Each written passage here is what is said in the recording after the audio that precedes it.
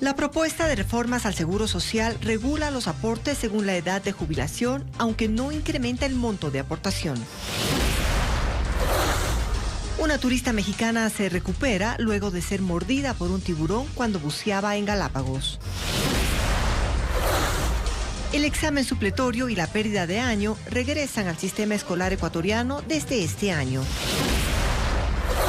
Fue notificada por escrito la sentencia del caso Las Torres en contra del excontralor Pablo Celi, condenado a 13 años, 4 meses de prisión. 15 muertos y 1 millón de damnificados por las lluvias e inundaciones en China. Amigos, ¿cómo están? Bienvenidos a Televistazo en este miércoles 5 de julio. Alejandra. ¿Qué tal, Gaby? Amigos, buenas tardes. Iniciamos con la información sobre las reformas a la seguridad social.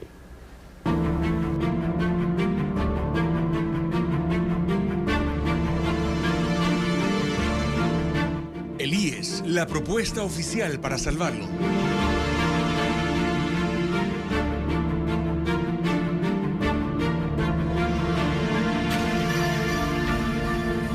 La propuesta de reforma al sistema de pensiones del IES contiene 5 cambios principales. Por ejemplo, se plantea incrementar los años de aportes necesarios para jubilarse. Alberto Luna estuvo en la presentación oficial de esa propuesta. La propuesta de reforma al Fondo de Pensiones del IES fue presentada oficialmente este miércoles.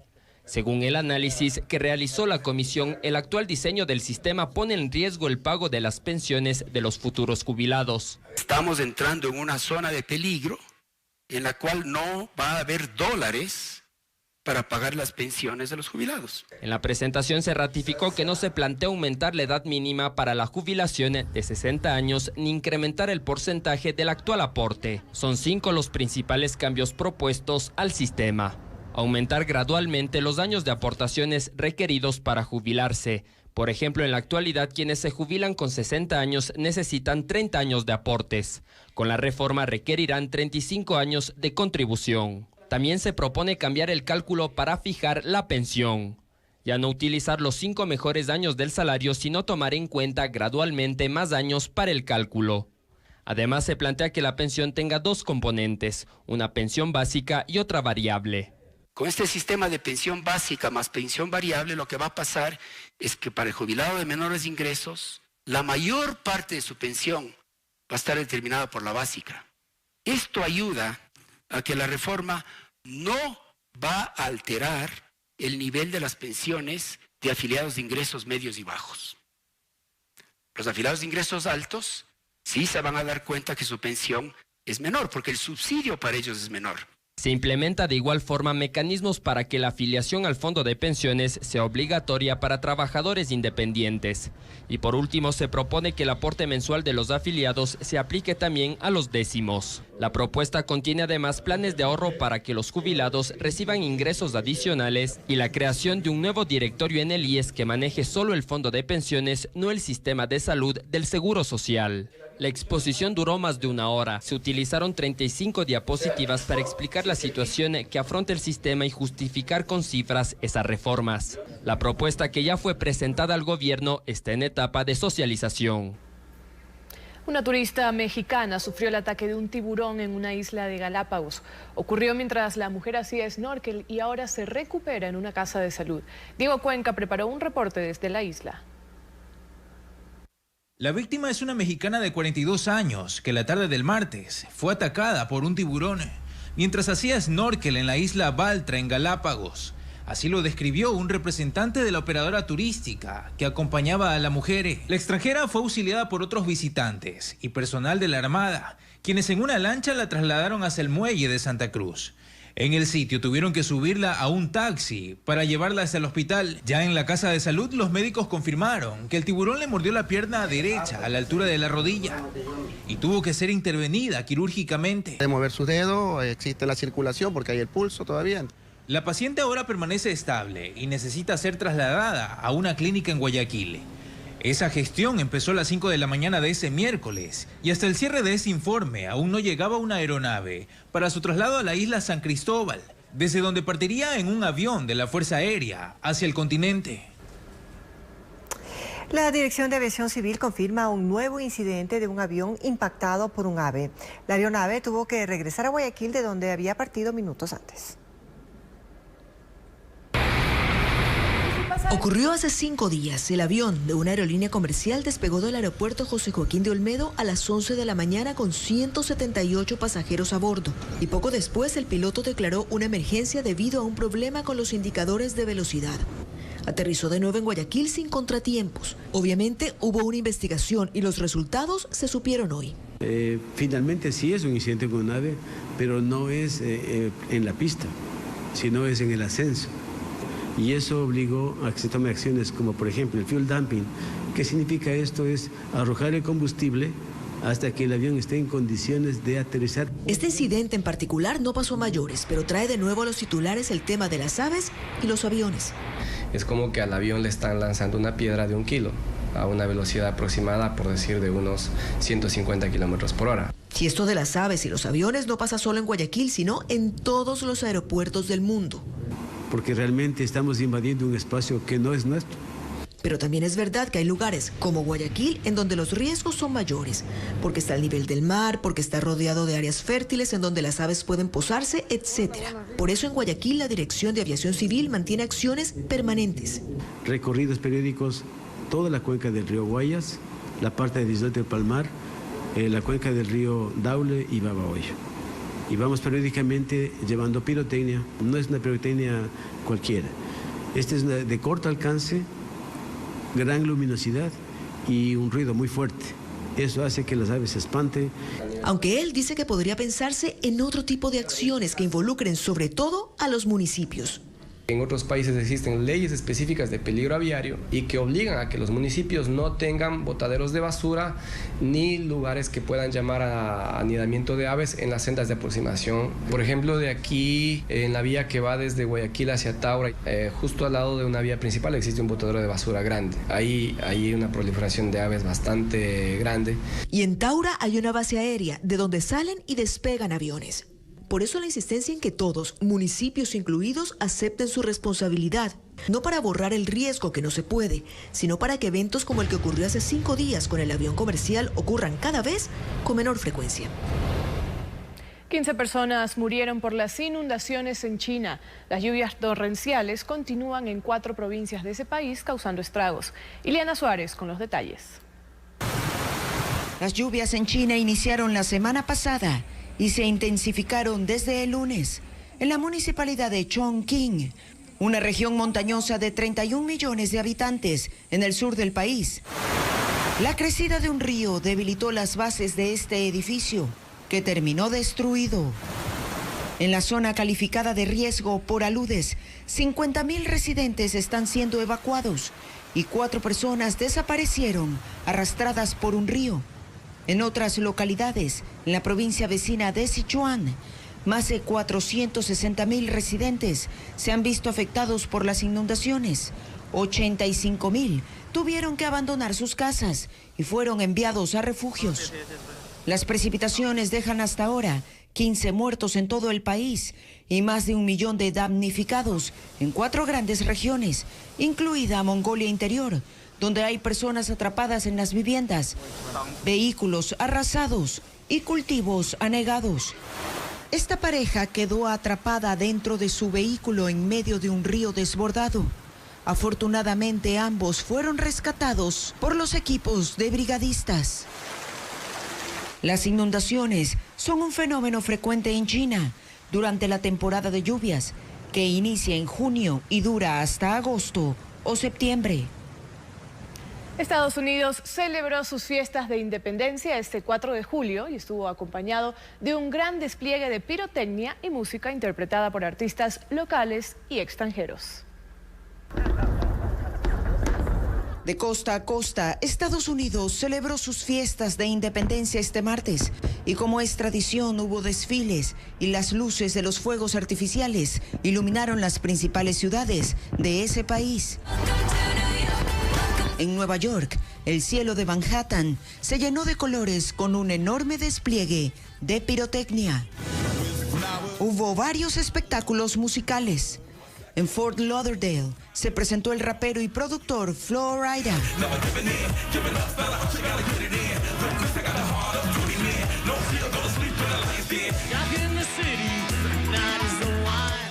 La banda Duran Duran cantó sus éxitos clásicos desde el Valle de Napa. Y el gran cierre se dio con la banda de la Fuerza Aérea de los Estados Unidos, que interpretó el himno nacional.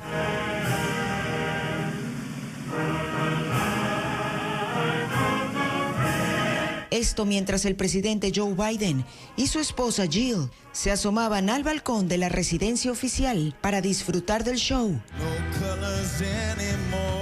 La celebración del aniversario número 247 de independencia de Estados Unidos llegó a millones de personas a través de transmisiones de televisión, plataformas de video y por redes sociales.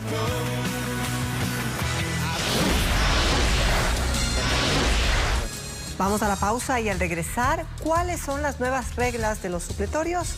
Les contaremos las normas de evaluación que regirán desde agosto cuando arranque el año escolar en la Sierra y Amazonía. Hay nuevas reglas en las evaluaciones para los estudiantes de la Sierra y Amazonía que ingresan el próximo periodo escolar. Se prevé que más de 1.700.000 estudiantes vayan a las aulas en agosto. Carla Delgado con los detalles. La reforma al reglamento de la Ley Orgánica de Educación Intercultural dispone varios cambios que se implementarán en el periodo escolar que empieza en agosto. Los más relevantes tienen que ver con los métodos de evaluación. Por ejemplo, ahora los estudiantes de básica media, es decir, entre 8 y 11 años, podrán quedarse en supletorio, si no completan el puntaje de 7 sobre 10. Antes esta regla estaba dispuesta solo para los alumnos de 12 años en adelante. Según se detalla en la norma, este examen está dirigido solo para 2 materias, lectura y escritura y razonamiento lógico. Entre otros cambios, se ordena que los estudiantes de educación inicial también podrían perder el año. Antes esta posibilidad estaba prohibida. Estos cambios se dan luego de una serie de flexibilizaciones que ocurrieron durante la pandemia. Lo que se intenta es elevar nuevamente el nivel académico.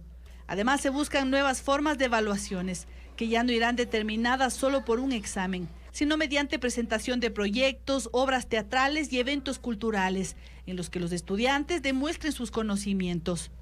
Más de 1.700.000 estudiantes ingresarán a clases en agosto en la Sierra y Amazonía.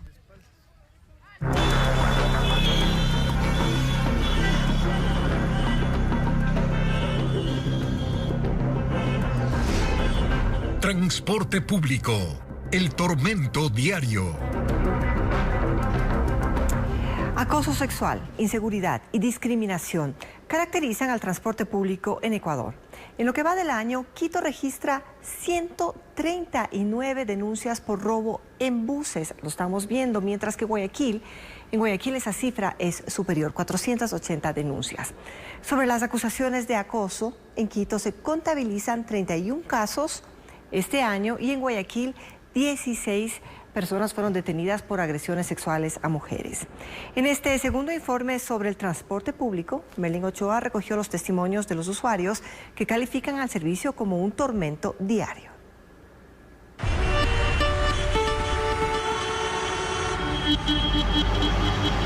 Cuando tenía unos 10, 11 años, me subí en un transporte público, me senté al lado de la ventana y un chico estaba sacando una bufanda, supuestamente arreglando, y me empezaba a tocar la pierna. Me dijo, ay, discúlpame, yo me quedé como tranquila.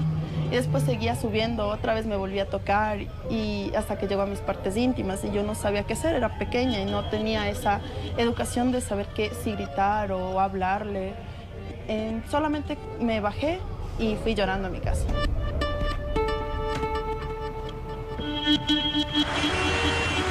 Yo soy una persona obediente que tomo a diario estos carros.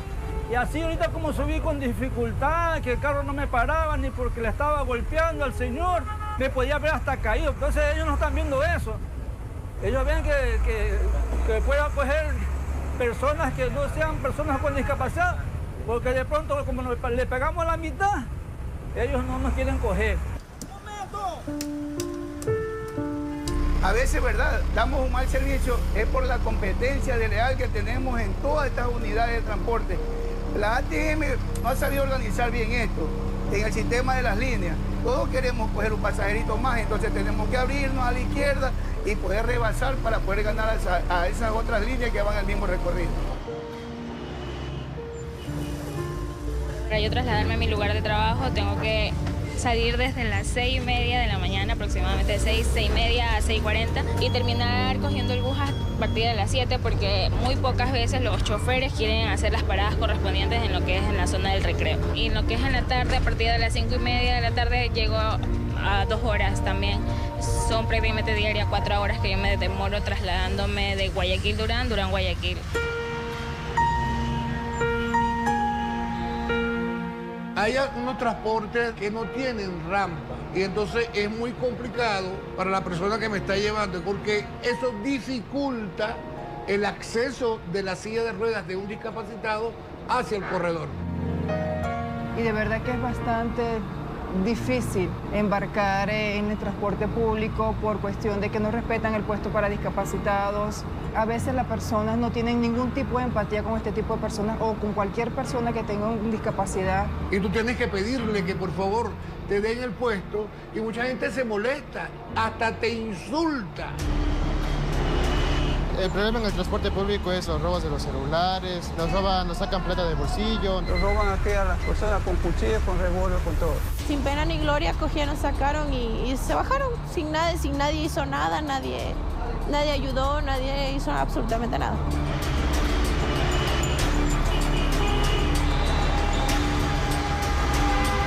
Hoy en Televistazo Estelar, la tercera entrega de la serie Transporte Público, El Tormento Diario, en la cual Televistazo mostrará hasta qué punto llega la contaminación causada por los buses en Quito y en Guayaquil. El tribunal del caso Las Torres notificó la condena para el excontralor Pablo Celi y otros 10 sentenciados. Además de la pena de prisión, deben pagar la reparación al Estado y colocar una placa con un mensaje sobre la honradez de los funcionarios públicos. Jacqueline Rodas sigue este tema.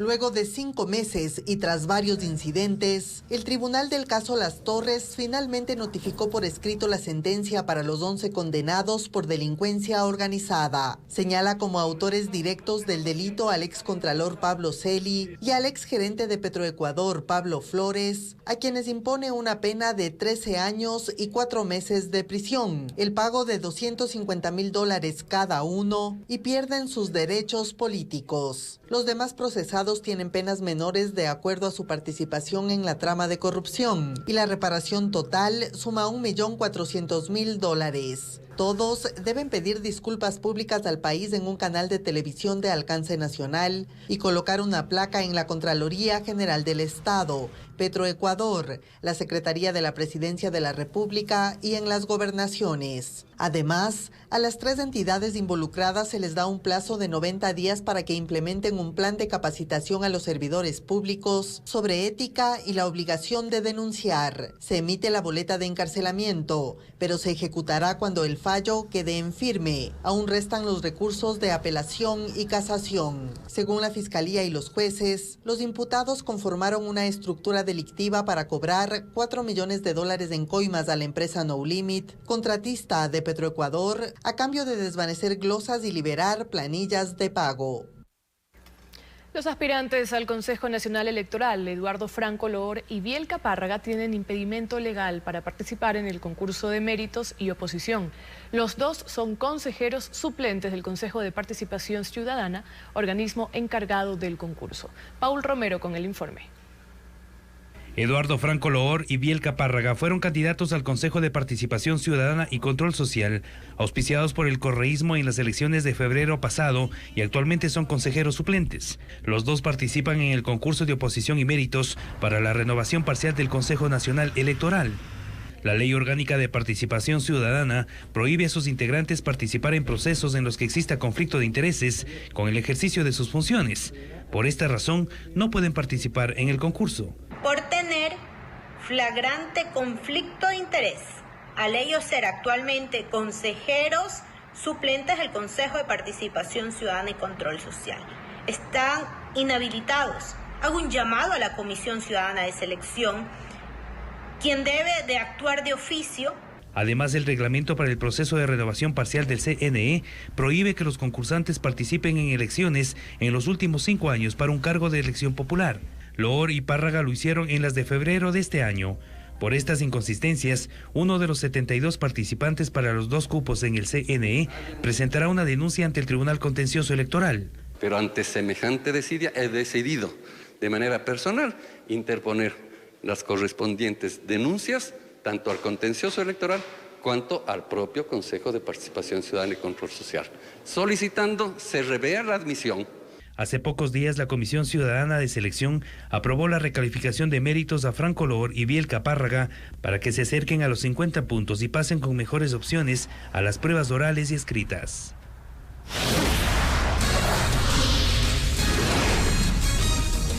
Más adelante aquí en Televistazo, pistolas y fusiles decomisados a bandas delictivas serán entregados a la policía si la Corte Nacional de Justicia aprueba una resolución.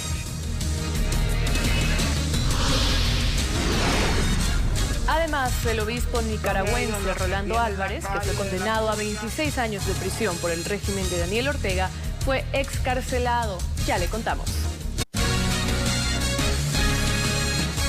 La policía espera la entrega de 33.000 armas incautadas en operativos. El ministro del Interior, Juan Zapata, anunció que la Corte está por emitir la resolución legal para que los agentes puedan utilizar estas pistolas y fusiles. Luisa María Heredia amplía.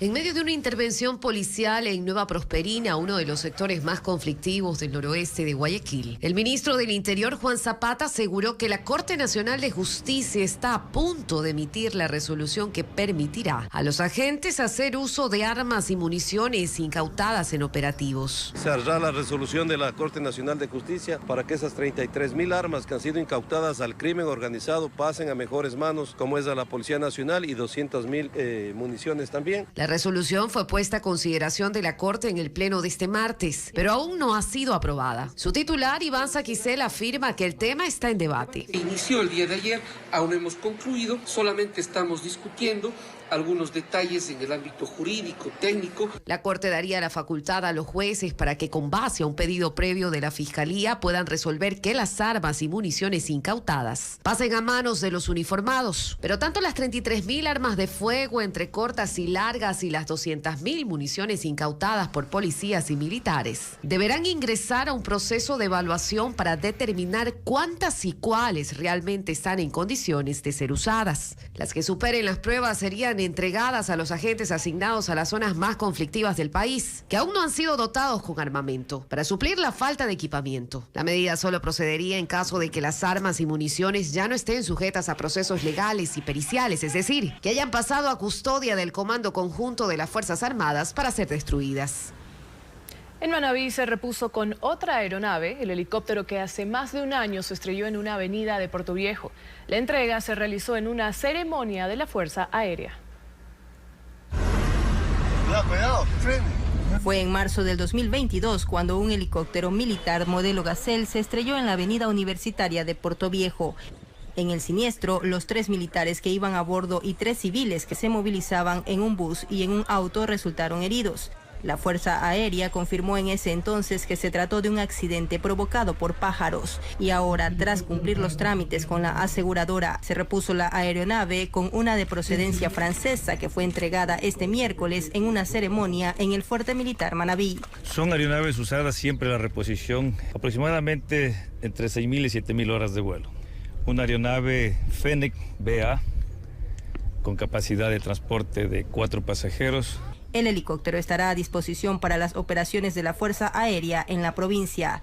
De mando y control, son misiones de vigilancia y reconocimiento, pero también son misiones para apoyar en el caso de evacuaciones aeromédicas y también para apoyar en el caso de incendios, porque este helicóptero viene con un Bambi Bucket, que es el dispositivo que le ayuda a apoyar cuando tenemos problemas con incendios en lugares que son inaccesibles para el personal humano. El seguro de la aeronave siniestrada fue por más de $720.000.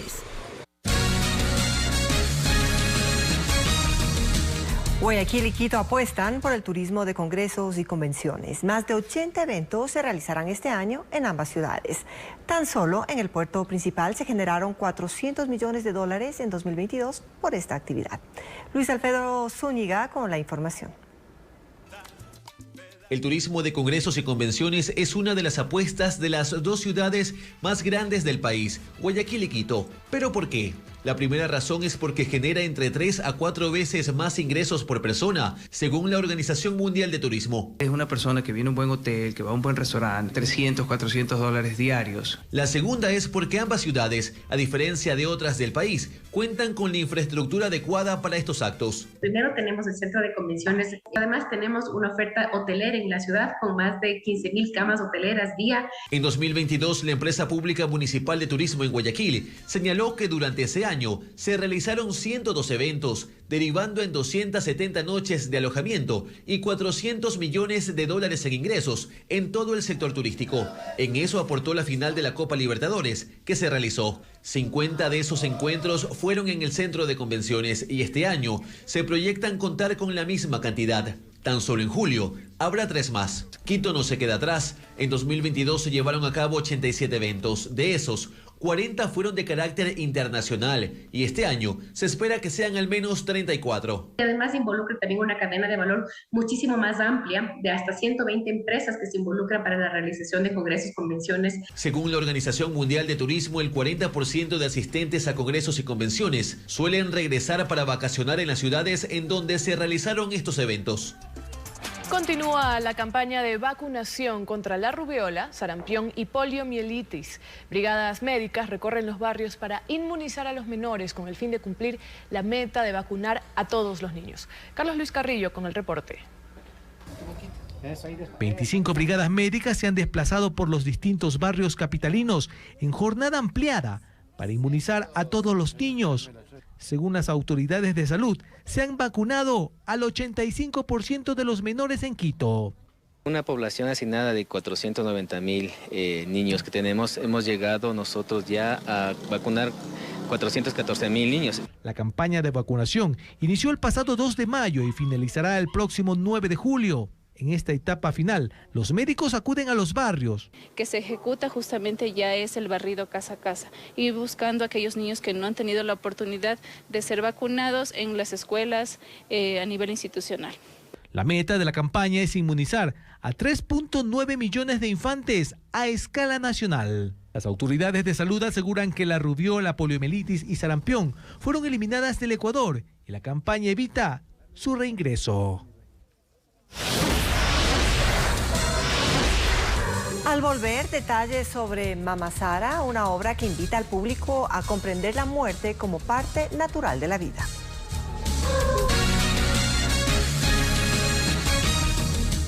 Han pasado más de 2 años y el proyecto Letras Vivas sigue en investigación por presunto peculado.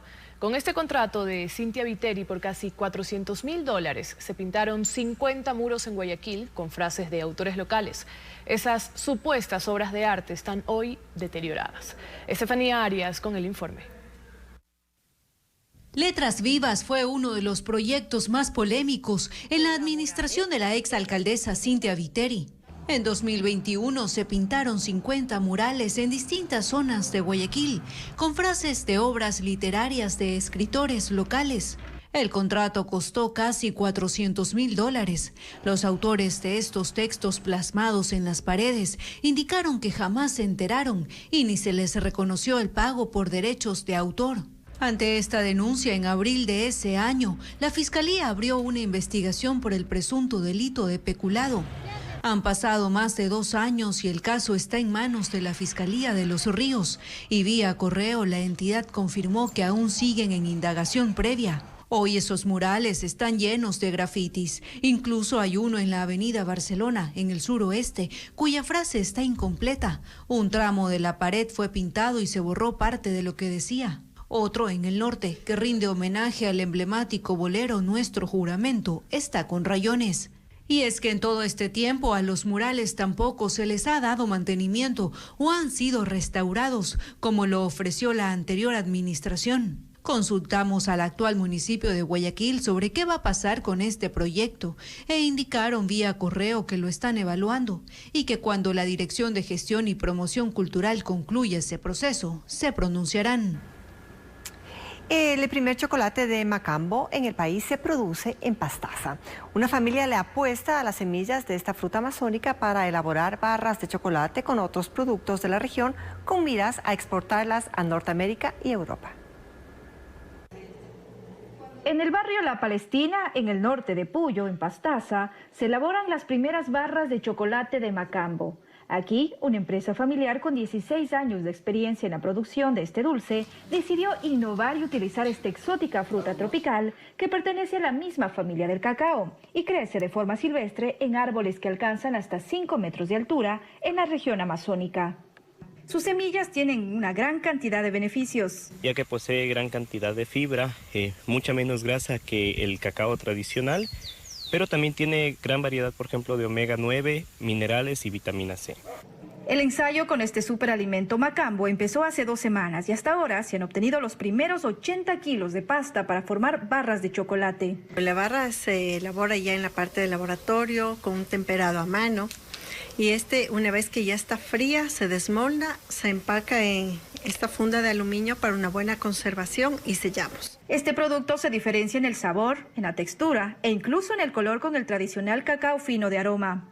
Es un poquito amargo cuando hemos probado la pasta como tal o un chocolate amargo, pero al mismo tiempo tiene un dulce como que fuera una almendra. Además, esta familia aprovecha la variedad de productos amazónicos para combinar el chocolate de Macambo y otorgarle un sabor adicional y una imagen regional. Tenemos varias combinaciones con Macambo y leche, vainilla amazónica, con un mix amazónico que tiene nibs de Macambo salado, maní amazónico. La empresa ya ha hecho el primer envío de este chocolate a Chile y espera poder exportar el producto también a Canadá y Europa para conquistar paladares alrededor del mundo.